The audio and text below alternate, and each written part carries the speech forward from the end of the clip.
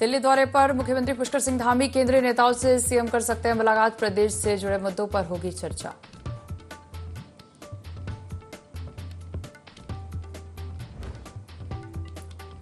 मदरसों पर कार्रवाई से तिलमिलाए पूर्व मुख्यमंत्री हरीश रावत। भाजपा सरकार पर लगाया गंभीर आरोप, कहा अपनी उपलब्धियां नहीं बता सकती सरकार, सिर्फ मदरसों पर कर रही राजनीति।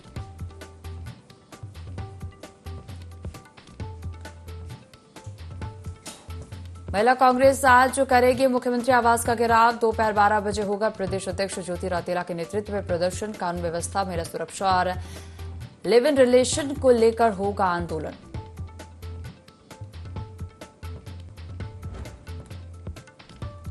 लच्छीवाड़ा टोल प्लाजा हादसे के बाद भी नहीं जागा प्रशासन। हादसे के बाद भी हाईवे पर बेखौफ दौड़ रहे डंपर। हादसे पर विधायक ने दिए थे सख्त निर्देश, फिर भी प्रशासन बेपरवाह।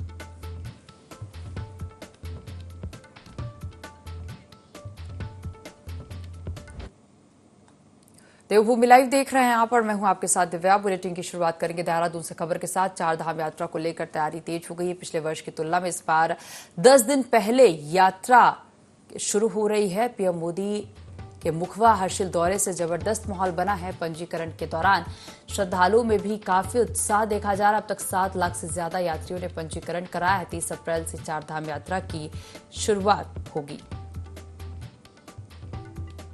तो चारधाम यात्रा को लेकर तैयारियां तेज हो गई हैं। आपको बता दें, पिछले वर्ष की तुलना में इस बार 10 दिन पहले यात्रा शुरू हो रही है।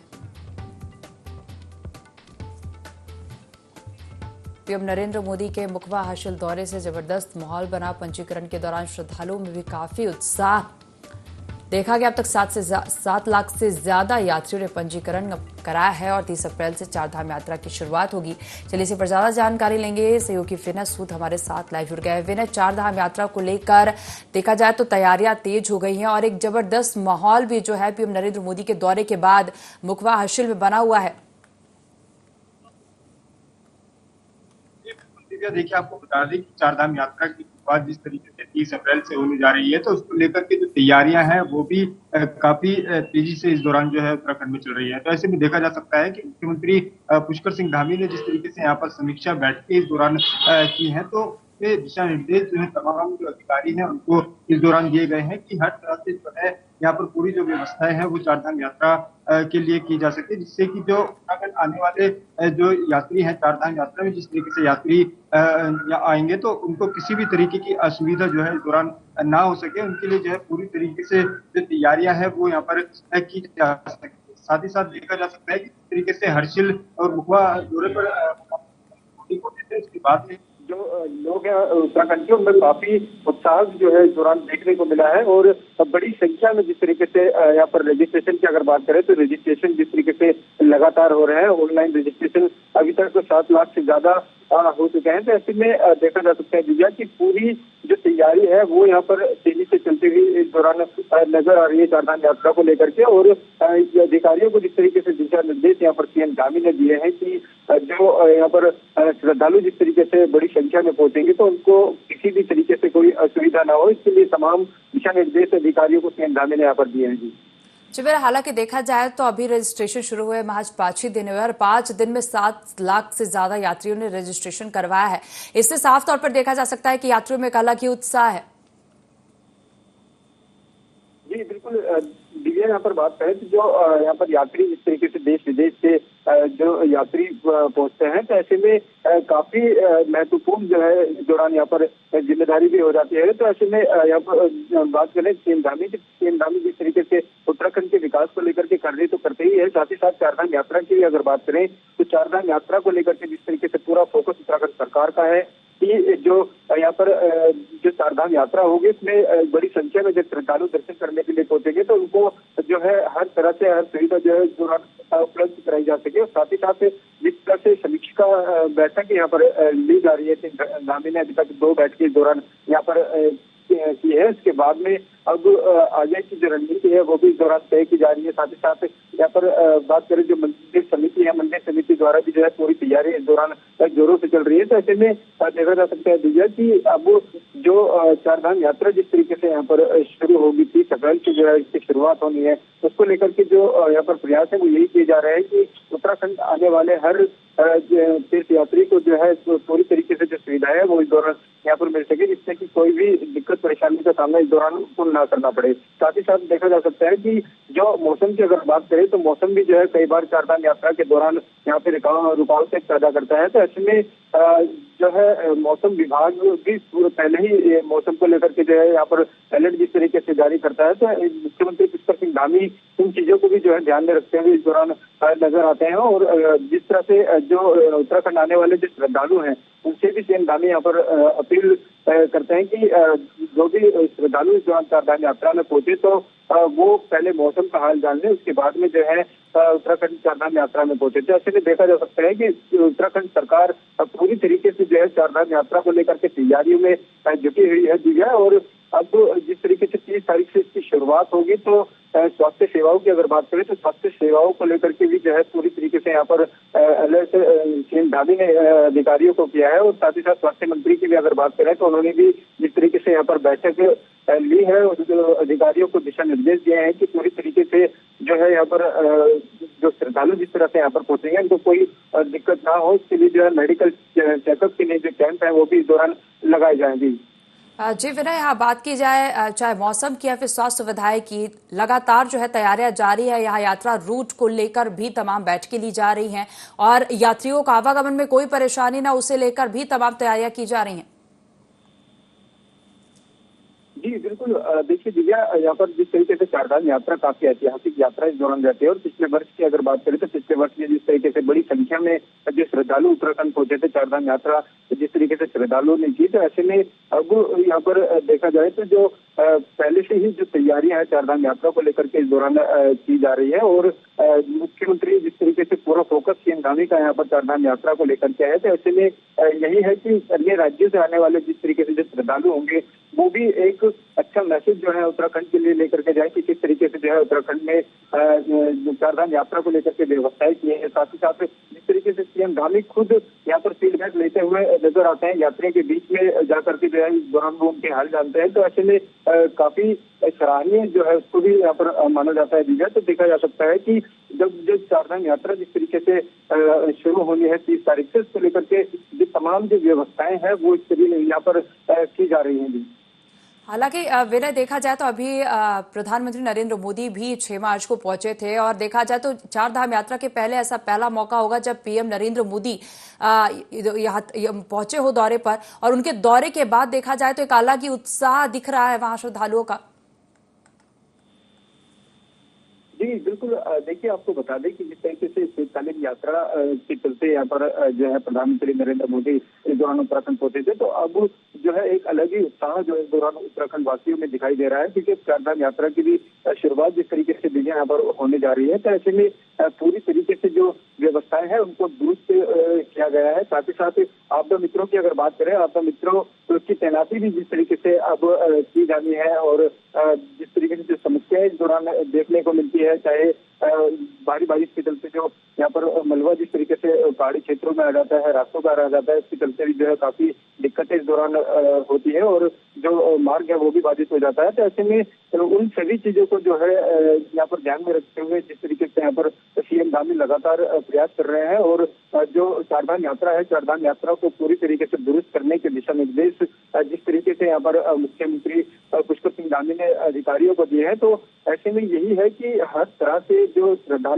भी श्रद्धालु इस दौरान चारधाम यात्रा में पहुंचेगा वो यहाँ से अच्छे से दर्शन जो है इस दौरान करके जा सके, इसके लिए जो तमाम जो व्यवस्थाएं हैं वो इस दौरान की जा चुकी है। शिवरा, तो चारधाम यात्रा को लेकर तैयारियां तेज हो गई है और यात्रियों को बेहतर सुविधाएं देने के लिए भी सरकार प्रतिबद्ध है और पूरी तैयारी सरकार अपनी तरफ से कर रही है। फिलहाल जुड़ने के लिए और तमाम जानकारी साझा करने के लिए आपका धन्यवाद। और चलिए अगली खबर का रुख करेंगे। पूर्व मुख्यमंत्री हरीश रावत ने रुड़की में प्रेस कॉन्फ्रेंस की, जहां उन्होंने धामी सरकार पर जमकर निशाना साधा। पूर्व मुख्यमंत्री हरीश रावत ने भाजपा सरकार पर सवाल उठाते हुए कहा कि सरकार अपनी उपलब्धियों का गुणगान कर रही है, वह अपनी 8 उपलब्धियां भी जनता को बता नहीं सकती। उन्होंने दावा किया कि सरकार की 80 नाकामयाब गिरा सकते हैं। उन्होंने कहा कि सरकार सनातनी होने का ढोंग करती है, जबकि भाजपा सरकार सनातनी नहीं बल्कि तनातनी है। वहीं हरीश रावत ने आगे कहा कि सरकार लगातार मदरसों पर कार्रवाई कर रही, जबकि देश की आजादी की लड़ाई में मदरसों का बड़ा योगदान है।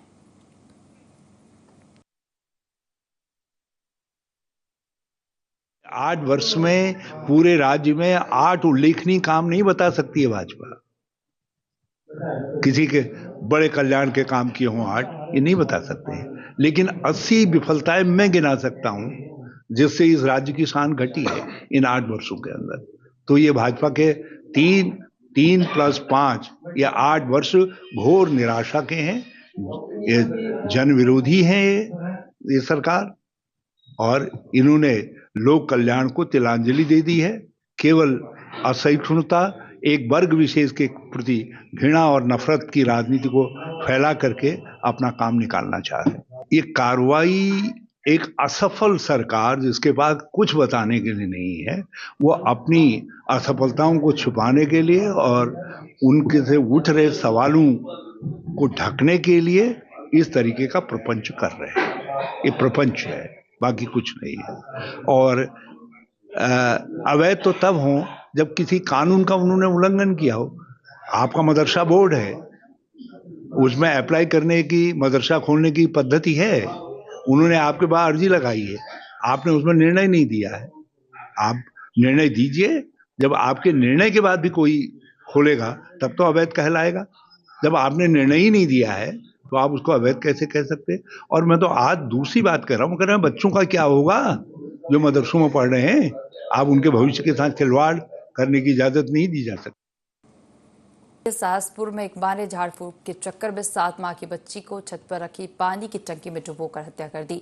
मामला विकास नगर के सासपुर थाना क्षेत्र के धर्मावाला का है, जहां की युवती की 7 माह की बेटी काफी लंबे समय से बीमार चल रही थी। लगातार इलाज और बच्ची की बिगड़ती हालत से महिला मानसिक रूप से काफी परेशान थी। डिप्रेशन में आकर उसने अपनी मासूम बेटी को घर की पानी की टंकी में डुबो दिया। कुछ देर बाद जब परिजनों ने बच्ची को नहीं देखा तो उन्होंने तलाश शुरू की और इसी दौरान बच्ची का शव देखकर परिजनों के होश उड़ गए। महिला के पति की तहरीर के आधार पर आरोपी महिला के खिलाफ हत्या का मुकदमा दर्ज कर उसे गिरफ्तार किया गया है। पुलिस ने शव को पोस्टमार्टम के लिए भेजा है।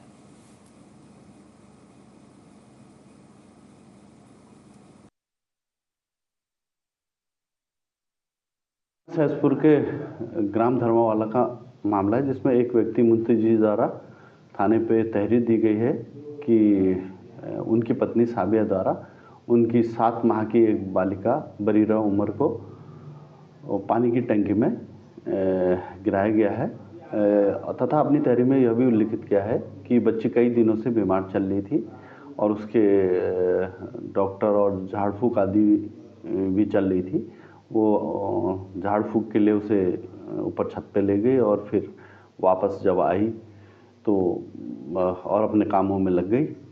जब से काफ़ी पूछताछ के बच्ची के संबंध में पूछा गया तो फिर वो बच्ची पानी की टंकी में मिली। ये मुंतजीर और उनका भाई इस बच्ची को लेके अस्पताल गए, लेकिन डॉक्टर द्वारा उसे मृत घोषित कर गया। इस संबंध में उनके द्वारा दी गई तहरीर के आधार पर थाना सहसपुर पर BNS की धारा 105 के अंतर्गत अभियोग पंजीकृत किया गया है। उनके द्वारा साबिया को गिरफ्तार कर लिया गया है, जिसे माननीय न्यायालय में रिमांड हेतु प्रस्तुत किया जाए। और खटेवा विकासखंड के अंतर्गत राज्य प्राथमिक विद्यालय में हेडमास्टर और दूसरे टीचर भी अनुपस्थित पाए गए। विद्यालय में लगातार अनुपस्थित रहने की स्थानीय ग्रामीण जनों ने शिकायत की, जिस पर खंड शिक्षा अधिकारी ने संज्ञान लेकर हायर सेकेंडरी स्कूल जादवपुर के प्रिंसिपल राकेश नागाइस को तत्काल मौके पर भेजा, जहां प्राथमिक विद्यालय उलानी के हेडमास्टर विद्यालय से नदारत मिले। वही विद्यालय की भोजन माता ने भी हेडमास्टर के विद्यालय में अनुपस्थित रहने की बात की। इस पर उलानी की ग्राम प्रधान प्रीति राणा ने बच्चों के भविष्य के साथ खिलवाड़ बताया। वही राजकीय प्राथमिक विद्यालय उलानी के हेडमास्टर सुरेंद्र कुमार ने कहा कि मैं नियमित रूप से स्कूल आता हूं, उन्हीं के कारण आज विद्यालय की दशा सुधरी है।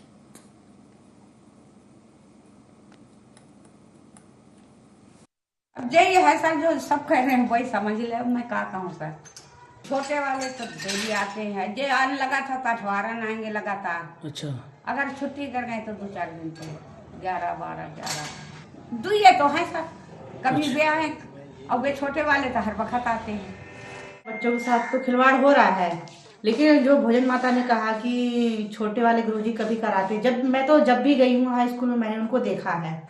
आज भले ना आए हूँ, लेकिन प्रिंसिपल सर है उनको तो मैंने कभी कार देखा, वो वैसे तो नहीं देखा है मैंने। हाँ, बच्चों की जिंदगी का खिलवाड़ी हो रहा है। जब नहीं आ रहा तो पढ़ाएंगे क्या? जब स्कूल में कोई नहीं आ रहा है तो वो एक ही टीचर आते हैं। हाँ, मैंने मौखिक कहा है कि यहाँ पर टीचर नहीं आते, बच्चों की जिंदगी का ये खिलवाड़ हो रहा है।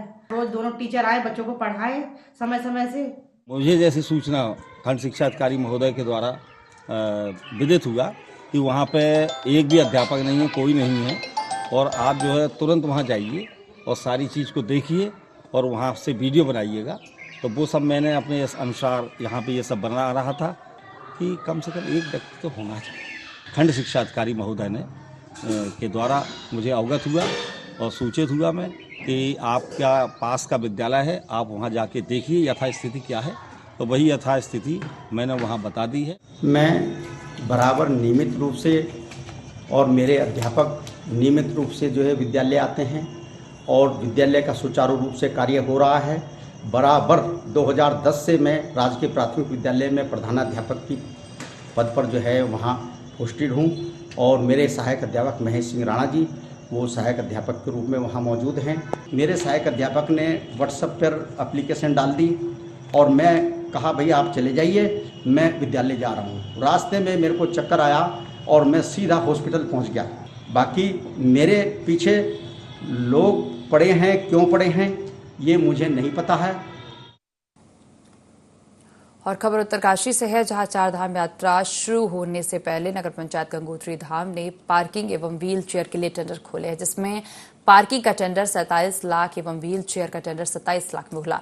व्यापार मंडल गंगोत्री के सदस्यों का कहना है कि पिछले साल पार्किंग के टेंडर 33 लाख और व्हील चेयर का टेंडर 9 लाख रुपए में खुला था। इस साल ठेकेदार ने 3 गुना से अधिक राशि में टेंडर खरीदा है, पर सवाल यह उठता है कि इतनी रकम की भरपाई कहां से करेगा, जिसका सीधा अर्थ है कि यात्रियों के जेब पर टाका डाला जाएगा और यात्रियों से अधिक पैसे वसूले जाएंगे, जिसके कारण गंगोत्री धाम की छवि पर असर पड़ेगा। और इसलिए प्रशासन को चार धाम यात्रा शुरू होने से पहले इसके लिए कड़ी गाइडलाइन बनाने की आवश्यकता है। और अगर किसी भी यात्री से ठेकेदार द्वारा ज्यादा पैसे वसूलने की शिकायत सामने आती है तो व्यापार मंडल गंगोत्री इसका पुरजोर विरोध करेगा।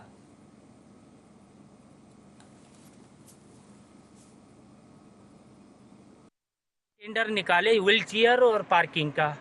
जो व्हील चेयर का था पिछले साल था वो 9,30,000 के लगभग, और इस साल सीधा 27,31,000 रुपए चले गए। और वही पार्किंग की स्थिति है कि जो पिछले साल थी 33 और इस साल चले गए 47,61,000 रुपए। तो हम ये कह रहे हैं प्रशासन से कि ये इतनी बड़ी रकम जो बेरोजगार नवयुवक भर रहे हैं, ये लोग कैसे वहाँ से अर्जन करेंगे कि मतलब यात्रियों को लूटा जाएगा या यात्रियों पे ये अधिभार दिया जाएगा, या आने वाली जो गाड़ियाँ हैं क्या उनका टैक्स वसूली होगी इतनी ज़्यादा, जिससे कि हमारे धाम को प्रमोट न करने की वजह उसको डिमोट कर रहे हैं ये लोग, उसको नीचे कर रहे हैं ये लोग। ये इस तरह की प्रक्रियाओं को बिल्कुल हम लोग विरोध करते हैं। और हरिद्वार में किसान इंटर कॉलेज में परीक्षा के दौरान कक्षा 11 का छात्र तमंचा लेकर परीक्षा देने पहुंचा। चेकिंग के दौरान उसके पास से तमंचा मिलने पर हड़कंप मच गया। शिक्षक के सूचना पर पुलिस मौके पर पहुंची और छात्र के खिलाफ मामला दर्ज किया। बता दें कि उत्तराखंड बोर्ड के विद्यालय में चल रही गृह परीक्षाओं में समाजशास्त्र की परीक्षा थी। फिलहाल छात्र के परिजन भी कोतवाली पहुंचे। एग्जाम जो फ्लाइंग स्क्वाड टीम होती है, वो टीम जब चेकिंग के दौरान उनको ये दिखा कि कोई बच्चा जो एज एग्जामिनी वहां बैठा है उसके पास कोई अवैध शस्त्र है, तो शस्त्र को लेकर के उन्होंने उस टीम ने उस बच्चे के साथ शस्त्र के साथ हमारी पुलिस थाने में अप्रोच करी, लक्सर थानों में। तो चूंकि एक अवैध शस्त्र को लेकर मामला था, वो बच्चा नाबालिग है ऐसा तथ्य प्रकाश में आए, तो उसमें आगे जो लीगल कार्रवाई वो चल रही। और लोहाघाट महाविद्यालय में छात्रों की विभिन्न समस्याओं का लंबे समय से समाधान नहीं होने से आक्रोशित छात्र नेताओं ने एबीवीपी के प्रदेश सह मंत्री विवेक पुजारी के नेतृत्व में महाविद्यालय पहुंचे। पूर्व उच्च शिक्षा निदेशक सीडी सूटा को महाविद्यालय में कैद कर दिया। इस घटना से महाविद्यालय प्रशासन में हड़कंप मच गया।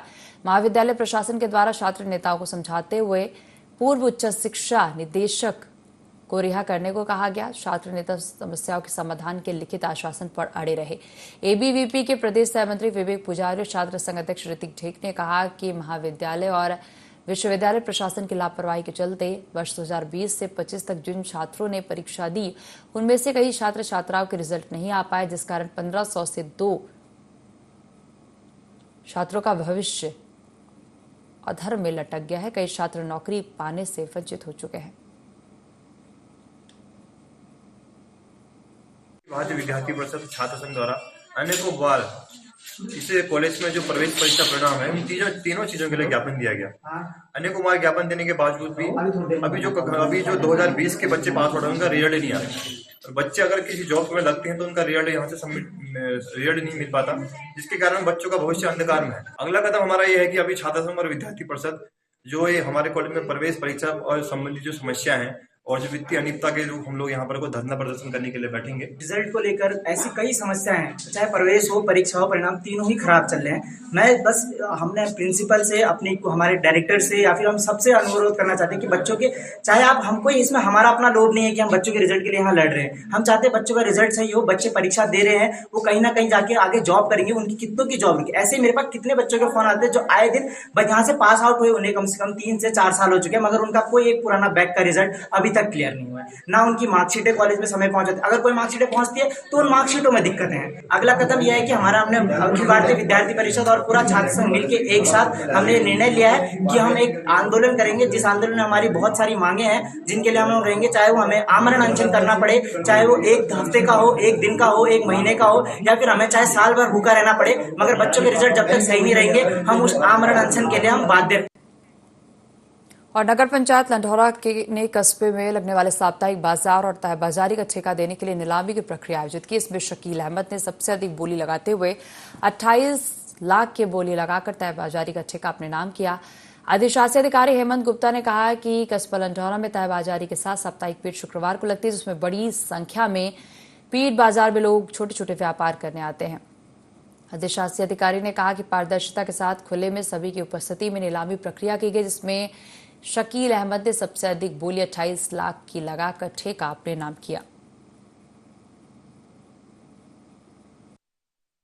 जो टेंडर था, जो हमारी तय बाजारी और पीठ बाजार लगता है, उसका टेंडर था, जिसमें 3 लोगों ने प्रतिभाग किया और जिसकी अधिकतम बोली रही उसके नाम पे ये टेंडर छूटा है। 3 लोगों ने आवेदन किया था। बोली जो है 2396 से शुरू हुई थी, उसके 28-20 पे जाके रुकी। पूरी पारदर्शिता रही, सबके सामने हुआ सब चीजें, कोई उसमें वो नहीं था, ओपन टेंडर था ये, सभी के सामने प्रतिभाग किया। और बुलेटिन में फिलहाल इतना ही। आप देखते रहिए IND24। नमस्कार।